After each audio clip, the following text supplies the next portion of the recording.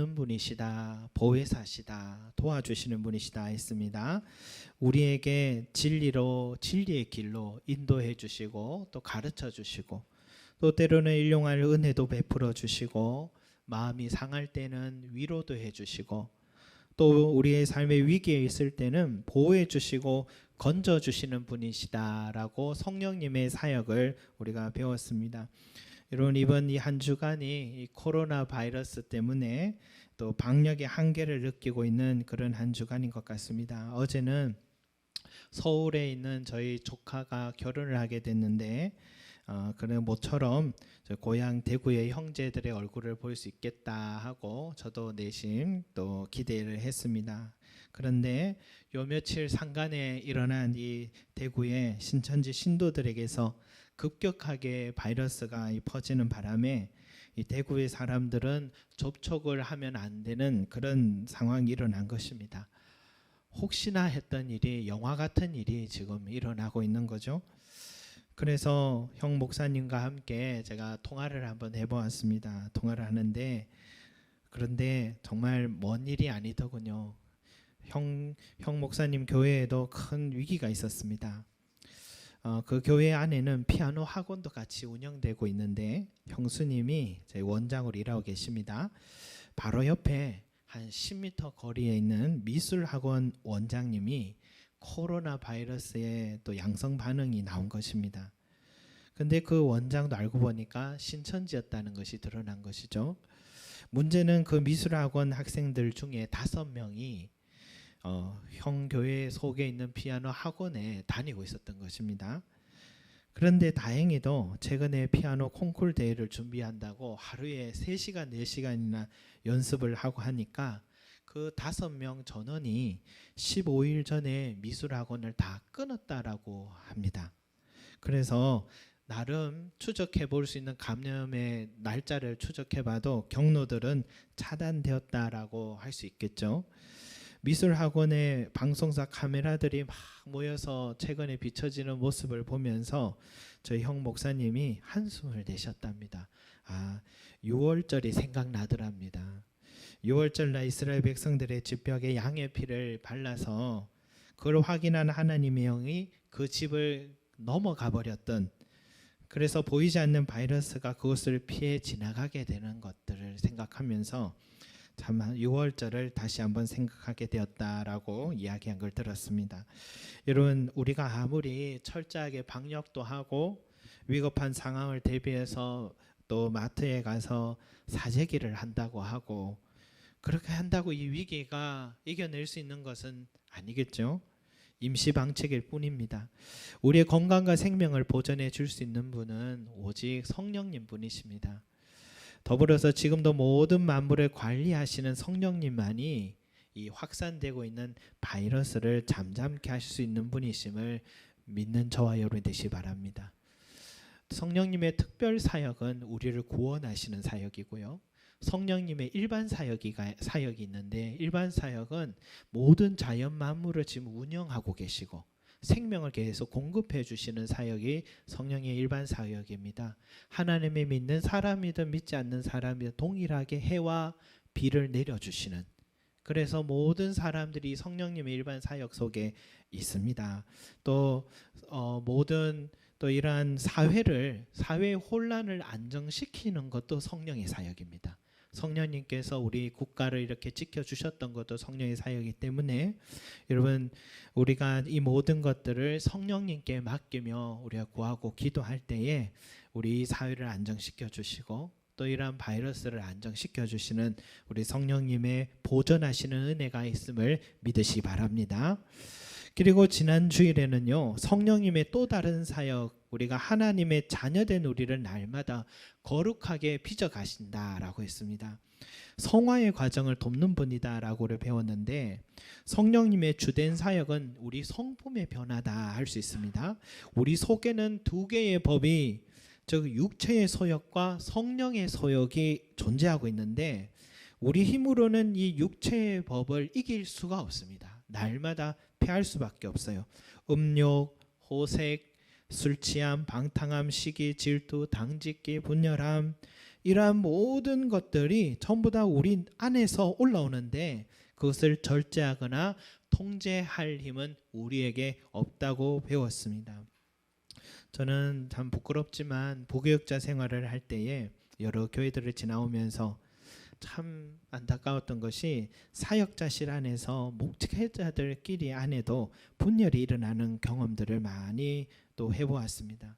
이후에 어떻든 우리가 하나 되기를 모두 다 가르쳤고 또 바라는데도 불구하고 때로는 상대 욕심으로 때로는 내 자신의 욕심 때문에 이렇게 당을 짓게 되고 분열하고 서로를 향해 손가락질하는 경우들을 많이 경험하게 됐습니다.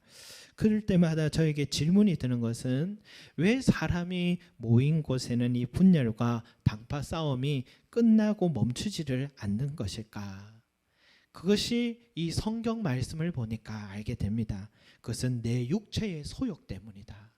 그것은 우리의 육체의 소욕 때문이었다라는 것을 다시 알게 됩니다. 우리 안에는 육체의 소욕이 있는 한 이란 분열과 당짓기는 멈추지 않을 것입니다. 아니 내 평생을 내 힘으로는 이 육체의 법을 이길 힘이 없을 것입니다. 그러나 우리 안에 있는 썩지 않을 씨 거룩한 씨앗이 있기 때문에 결국은 성령의 열매가 맺어진다라고 배웠습니다. 내가 아니라 내 안에 계신 성령님께서 거룩한 씨앗을 자라가게 하시고 계십니다. 한마디로 나를 주님의 성품을 담게 빚어 가신다는 뜻이죠. 그래서 내 안에 자라난 성령의 열매들 사랑, 희락, 화평, 온유, 자비, 양성, 충성, 절제 이런 열매들이 내 안에서 서서히 세월이 필요하지만 자라나서 내 힘으로는 이길 수 없었던 이 육체의 소욕들을 다 사라지게 만들 것입니다. 성령의 견인의 사역이 있기 때문입니다. 내 안에 성령의 사역을 금지할 법이 없다라고 말씀하셨습니다. 결국은 내 안에 이 성령의 거룩한 씨앗이 승리하게 된다라는 뜻입니다. 그러나 여러분 나약하게 생각하지도 말고 늘 지금까지 패배했다고 패배의식에 사로잡히지도 말고 성령의 인도하심에 따라서 내 안에 육체의 소욕 앞에 당당 앞에 승리하시는 저와 여러분이 되시기를 바랍니다. 그리고 오늘 또 이 성령에 대해서 이 세 번째 말씀을 나누고자 합니다. 여러분 오늘 살펴보고 싶은 것은 그러면 우리는 언제 어떻게 성령을 받느냐 바로 이 부분에 대해서 함께 배워보고자 합니다. 여러분 세례 요한은요 물로 세례를 베푸는 선지자였죠. 그러나 그는 항상 기다렸습니다. 자기가 물로 세례를 베푸면서도 누구를 기다렸느냐? 성령으로 세례를 베푸는 자를 기다렸습니다. 성령을 베풀어 주시는 분을 기다렸던 것입니다. 그가 처음 예수님을 보자마자 이렇게 외쳤죠. 사람들에게 보라, 세상 죄를 지고 가는 하나님의 어린 양이로다 라고 했습니다. 맞는 말이에요. 예수님이 이 땅에 세상에 오신 것은 세상의 모든 죄를 짊어지시기 위해서 이 땅에 오셨습니다. 우리는 모두 알고 있습니다. 예수님께서 이 땅에 오신 최대의 사역은 죄를 씻어 주시기 위함. 여러분 이것을 죄 사함이라고 말합니다. 죄 사함이라고 합니다. 그런데 여러분 예수님께서 이 땅에 오신 목적은 죄 사함만 하시기 위해서 오신 게 아닙니다. 죄 사함은 너무나 위대한 사역이지만 그러나 더 적극적인 사역이 있습니다. 그것은 바로 성령으로 세례를 베푸시는 사역입니다. 세례 요한은 예수님께서 물로 세례를 베풀면서요 그 위에 비둘기처럼 성령이 임하시는 예수님 위에 임하시는 성령을 보면서 이렇게 말했습니다. 우리 같이 한번 찾아보겠습니다. 요한복음 1장 33절 말씀 한번 찾아보겠습니다. 요한복음 1장 33절 말씀입니다. 요한복음 1장 33절 말씀입니다.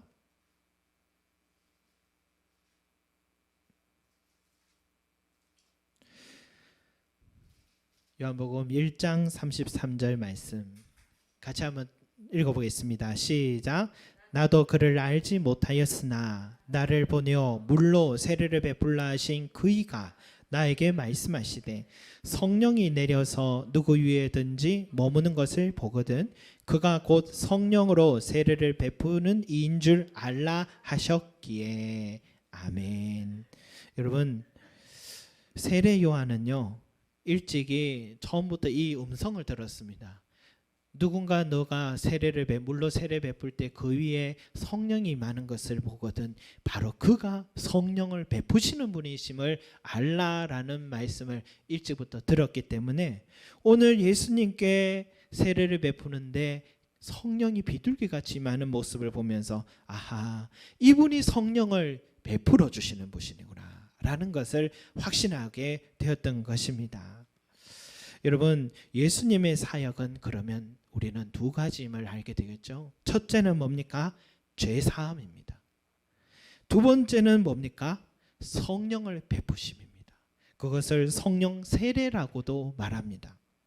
그래서 우리가 예수님을 믿는 순간에 두 가지 사건이 나에게 동시다발적으로 일어나는데 내가 오늘 예수님을 믿는 순간에 나의 모든 죄가 씻어집니다.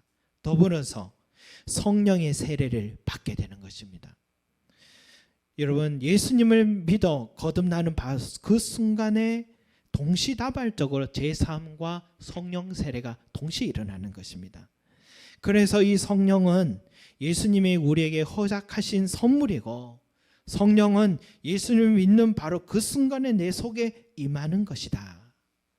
성령님이 우리 안에 임하시는 것은 여러분 단 한 번입니다. 단 한 번입니다. 임하셨다가 우리가 시원찮으면 떠나셨다가 또 회개하면 돌아오시는 그런 성령님이 아닙니다. 성령님은 단 한 번 우리가 예수님을 믿는 바로 그 순간에 이미 우리에게 임하십니다.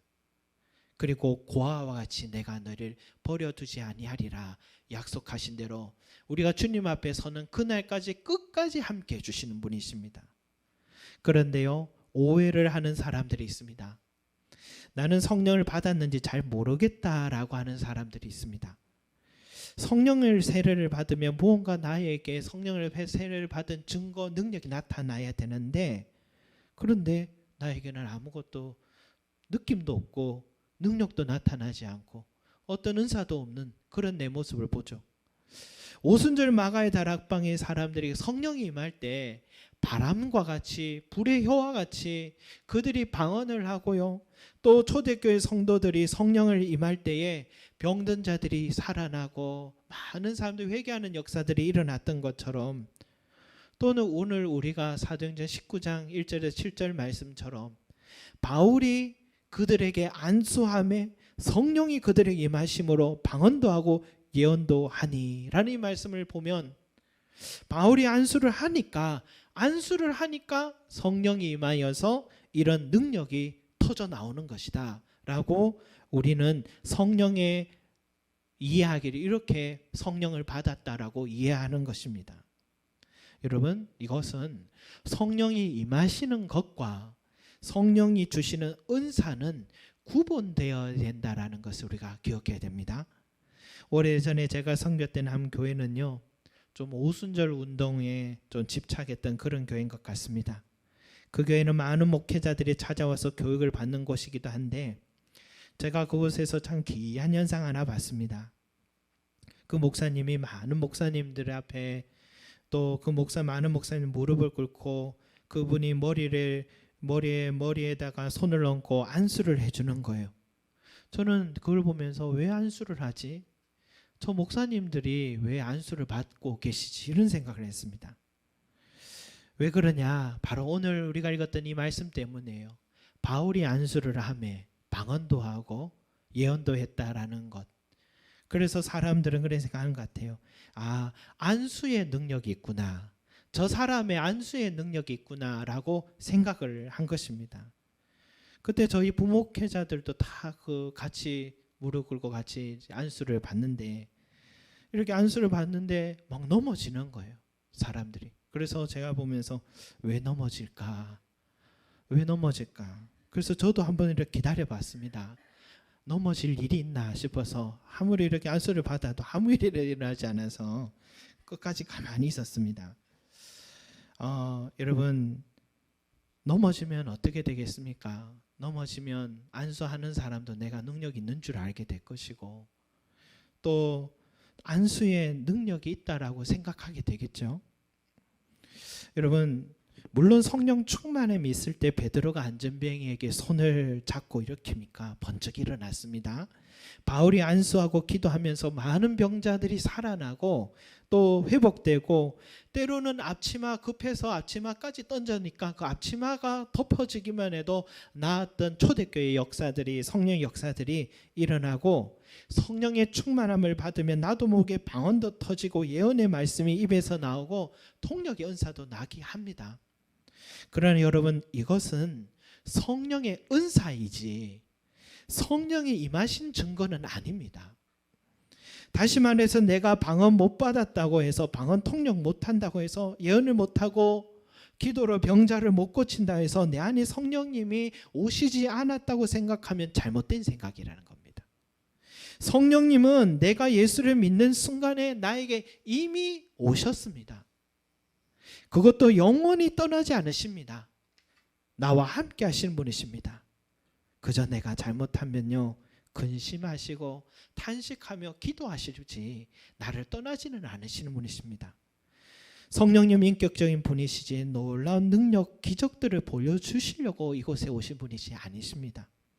성령님 나에게 오신 가장 큰 목적은 나를 빚어서 거룩한 사람으로 구원받은 자로서 빚어 가시려고 오신 것입니다. 또한 나를 통해서 예수님을 또 다른 영혼에게 전하게 하기 위해서 성령님이 내게 오신 것입니다. 오직 성령이 너에게 임하시면 너희가 권능을 받고 예루살렘과 온 유대와 사마리아 땅끝까지 이르러 내 증인이 되리라. 이것이 성령이 우리에게 오신 증인이 되리라고 오신 목적인 것입니다. 그런 복음 전하고 교회를 세우기 위해서 성령님은요 특별한 은사를 우리에게 주시는데 그것이 바로 방언이고 예언이고 통역이고 병 고치는 은사고 가르치는 은사요 섬기는 은사 다양한 은사들을 부어주시는 것입니다.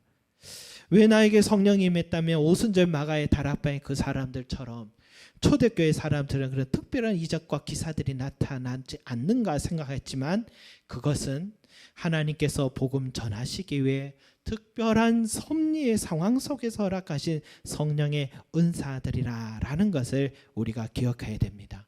그래서요 지금은 그런 은사를 나타나지 않는가? 그렇지 않습니다. 지금도 그 능력과 은사는 나타납니다. 지금도 병 고치는 기적이 일어나고 방언, 통역, 예언할 수도 있습니다. 그러나 그런 것들은 특별한 목적을 위해서 우리에게 주시는 은사지 우리가 갖고 싶다고 얻어지는 은사는 아니라는 것을 꼭 명심해야 됩니다. 그리고 내게 없는 것 저 사람에게 좋은 은사 있다고 해서 여러분 부러워하지 마시기 바랍니다. 나는 왜 방언을 못할까? 여러분 못해도 괜찮습니다. 아무 생활에 지장이 없습니다. 나는 왜 방언 통역 못할까? 여러분 너무 그런 것까지 가시려고 애쓰지 않아도 됩니다. 괜히 남의 기도 들어서 좋을 것도 없습니다. 여러분 내게 주신 은사가 다 따로 있는 것입니다. 중요한 것은 이 은사의 유무로 내게 성령의 세례를 받았는가 못 받았는가 판단하면 안 된다는 것입니다. 가시적으로 드러나는 능력이 내게 없다고 하더라도 내가 예수를 믿는다면 성령은 이미 우리 안에 거하고 계신다라는 것을 잊지 마시기 바랍니다. 그 증거가 바로 오늘 우리가 읽은 말씀에 있습니다. 여러분 바울이 오늘 말씀 보니까 에베소 교회 에베소 사람들을 만났는데 그런데 그 사람들에게 믿음이 있냐 하니까 믿음이 있대요. 믿음이 있구나 라고 생각을 했는데 믿음이 있는 사람 치고 뭔가 좀 이상한 것 같아요. 부족해 보여요. 그래서 이렇게 물었습니다. 너희가 믿을 때에 성령을 받았느냐? 라고 물었더니 사람들이 하는 말이 아니라 우리는 성령이 계심도 듣지 못하였노라 라고 합니다. 바울의 짐작이 맞았습니다. 예수님을 믿는다면 반드시 성령을 받게 되어 있는데 이들은 성령에 대해서 전혀 듣지도 못했다 했으니까 분명히 이 사람은 예수님에 대해서도 제대로 알지 못했구나 할 알게 됐습니다. 그래서 좀 더 질문했습니다. 너희가 받은 세례는 그러면 무엇이냐 물었더니 우리는 요한의 세례니라. 요한의 세례만 배웠고 받았다라고 말하는 것입니다. 이제 알 것 같습니다. 이 사람들은 이전에 설교자가 있었는데 그 사람이 아볼로라는 설교자입니다. 탁월한 설교자인데, 그런데 그 사람이 세례 요한의 물세례까지만 알았고 예수님에 대해서도 얼핏 알았고 제대로 알지 못했던 것입니다. 자연히 성령님을 알지 못했고 알지 못하니까 받지도 못했던 것입니다. 그래서 바울은 에베소 교회 성도들에게 성령을 받도록 도와주었습니다. 그것은 안수로 인해서 성령을 받은 게 아니라 이 사람들에게 예수님이 누구신가를 정확하게 가르쳐 주고 복음을 전하기로 결심한 것입니다. 4절 5절 우리가 같이 오늘 사도행전 19장 4절 5절 말씀 같이 한번 읽어보도록 하겠습니다. 같이 읽겠습니다. 시작. 바울이 이르되 요한이 회개의 세례를 베풀며 백성에게 말하되 내 뒤에 오시는 이를 믿으라 하였으니 이는 곧 예수라 하거늘 그들이 듣고 주 예수의 이름으로 세례를 받으니라. 아멘. 여러분, 바울이 보니까 세례 요한의 세례까지밖에 받지 않았으니 이 사람은 세례 요한까지만 알고 있어요. 그래서 너희가 알고 있는 세례 요한이 이렇게 얘기했다. 내 뒤에 오시는 바로 그분을 믿어라. 바로 그분이 곧 예수 그리스도다 라면서 예수 그리스도가 누구신지에 대해서 찬찬히 기초부터 다시 가르쳐 줬던 것입니다. 그것을 가르쳐 주니까 여러분 어떻게 해요? 가르쳐 줄 때 그들에게 믿음이 생겼고 그 믿음이 생겼을 때에 성령이 그들에게 임했던 것입니다. 그런데 우리는 6절 말씀만 보면 어떻게 됩니까? 바울이 그들에게 안수하며 성령이 그들에게 임함으로 방언다고 예언도 하니 6절 말씀만 보니까 안수를 받아서 성령이 임하고 능력도 나타난다라고 보게 되는 것입니다. 그러나 그 앞절까지 같이 봐야 됩니다. 바른 복음 곧 예수 그리스도께서 전해지고 가르쳐지고 그리고 예수님을 듣는 자가 믿게 되고 예수님의 이름으로 세례를 받을 때에 그들을 위해 성령이 임하셨다라는 이 과정을 우리는 보아야 됩니다. 여러분, 그래서 탁월한 사역자에게 안수 받았기 때문에 성령이 임한 게 아님을 우리는 알 수 있습니다.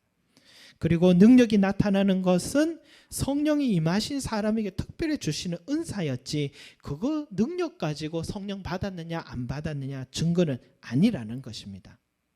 여러분, 성령은 예수님을 믿을 때 이미 우리에게 임하신 것임을 믿으시기 바랍니다. 그래서 성령이 임하신 것은 시초적인 일이다. 예수를 믿는 바로 그때 시초적인 일이다. 받았다라는 것입니다.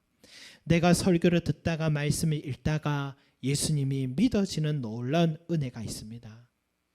제가 이전에 제자반을 할 때에 한 집사님의 남편의 이야기를 들었는데 남편은 전혀 믿지 않았던 사람입니다.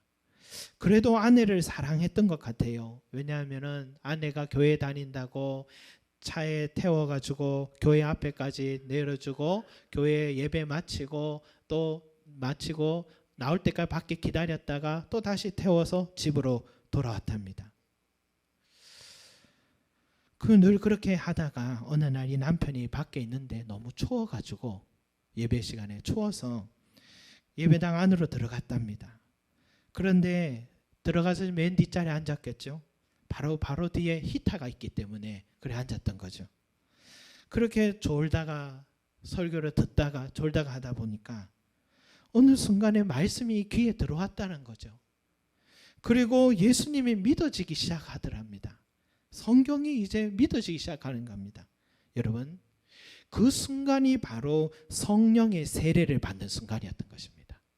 그 순간이 그 사람에게 보이지는 않고 느껴지지는 않았지만 성령이 임하시는 순간이었던 것입니다. 오늘 이 자리에 계신 여러분들, 여러분, 우리가 예수님의 믿어지는 은혜를 받은 분들에게는 우리 하나님께 늘 감사하시기 바랍니다. 여러분 또한 바로 그 사람들에게는 성령의 임하심에 대해서 전혀 의심하지 마시기 바랍니다. 확신을 가지시기 바랍니다. 그리고 예수를 믿고 계신다면 여러분 유명한 목사님의 안수를 받아야 성령이 임하고 병도 낫고 능력이 나타나는 그런 쫓음을 갖지 마시기 바랍니다. 내가 예수를 믿는 그 순간에 예수님이 이미 내 안에 성령의 세를 베풀어 주셨고 예수님이 베푸신 그 성령님이 우리 안에 계시면서 은혜를 내려주시는 것입니다. 그분이 내게 은혜 주시면 내 병도 낫기도 하고 방언도 하고 예언도 할 수 있는 것입니다. 그래서 여러분 우리는 순서를 명확하게 기억해야 되는 것입니다. 더불어서 여러분 믿어지지 않는 자들도 있을 수 있겠죠. 여러분 아무리 이렇게 믿어지지 않아도 그러나 여러분 믿어지지 않는다고 해서 강제로 믿으라고 할 수는 없는 겁니다. 우리 성령님도요 자존심이 있습니다. 믿어지지 않는데 자꾸 믿으라고 강압하시는 그런 분이 아니십니다. 우리 성령님은 아주 인격적인 분이시고 인격적으로 우리에게 다가오시는 분이시다라는 것입니다. 그런데 우리는 이렇게 기도할 수 있습니다. 성령님 말씀이 귀에 들려지게 해주시고 예수님이 믿어지는 은혜를 저에게도 허락해 주옵소서. 저에게도 예수님의 말씀이 믿어지게 해주십시오. 왜냐하면 이 성경책의 직접적인 저자가 누구냐면 모세도 있고 베드로도 있고 사도 바울도 있고 하지만 사실은 그 사람들은 성령의 감동을 받아서 기록한 겁니다. 그러니까 그 사람들은 제2의 저자들이고 제1의 저자는 바로 성령님이십니다. 그런데 이 성령님의 저자께서 믿어지게 하고 해석이 되게 하고 깨달아지게 하는 분은 성령님이신 거죠. 이걸 선포하는 설교자의 설교도 성령님께서 믿어지게 하셔야지 믿어지는 것이죠.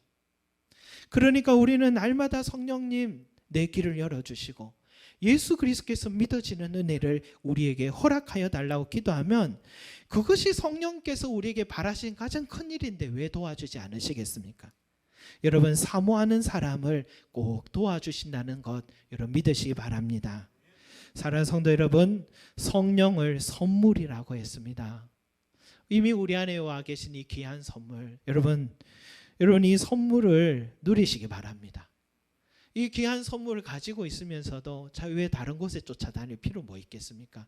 성령님이 이미 내 안에 계시고 떠나지 않으시는데 성령님 나에게 예수님이 누구신지 가르쳐 주시고 또 진리를 인도해 주시고 고아와 같이 내버려 두지 않으시고 우리가 날마다 성령님께 내 연약함을 내어놓고 맡기면은 성령님이 나를 지켜주시고 안전하게 보호해도 주시고 그리고 성령님이 내 삶의 어려움과 위기에 있을 때마다 위로돼 주시고 건져도 주시는 이 좋은 성령님을 이미 선물로 내 안에 모시고 계신데 그리고 주님 앞에 서는 그날까지 끝까지 나의 구원을 이루어 주시려고 끝까지 나와 함께 해주시는 이 귀한 성령님이 나에게 계신다는 것 여러분 이 귀한 분 모시고서 우리가 이 성령님을 우리가 그런 표현이 쓰면 안 어울리지만 활용하지 못하고 있다면 얼마나 어리석은 일입니까 여러분. 이 좋은 성령님 우리가 모시고 계심을 여러분 잊지 마시기 바랍니다. 이미 내가 믿고 믿을 때에 시초적으로 임하신 이 성령의 세례 받았음을 알고 이 성령을 여러분 충분하게 활용하시기 바랍니다. 그 충분하게 활용하는 것을 성령의 충만함이라고 하는데 우리 다음 주에는 이 성령의 충만함에 대해서 함께 배워가도록 하겠습니다. 기도드리겠습니다. 사랑과 은혜가 많으신 우리 아버지 하나님 우리에게 예수 그리스도를 보내어 주시고 예수 그리스도를 믿게 해주시고 또한 성령을 우리에게 세례를 부어주시고 보내어주시고 우리 안에 거하게 해주심을 감사드립니다.